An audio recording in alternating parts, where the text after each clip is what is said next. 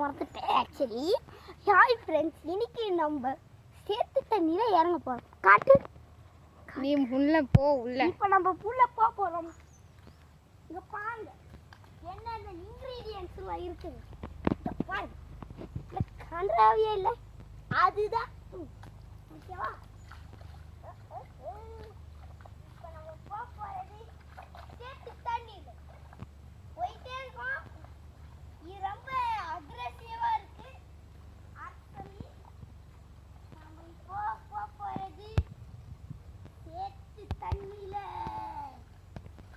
இது வீடியோ காட்டுறது கண்ணு தெரியலன்னு நான் நினைக்கிறேங்க. இப்போ பாருங்க காட்டுறேன்.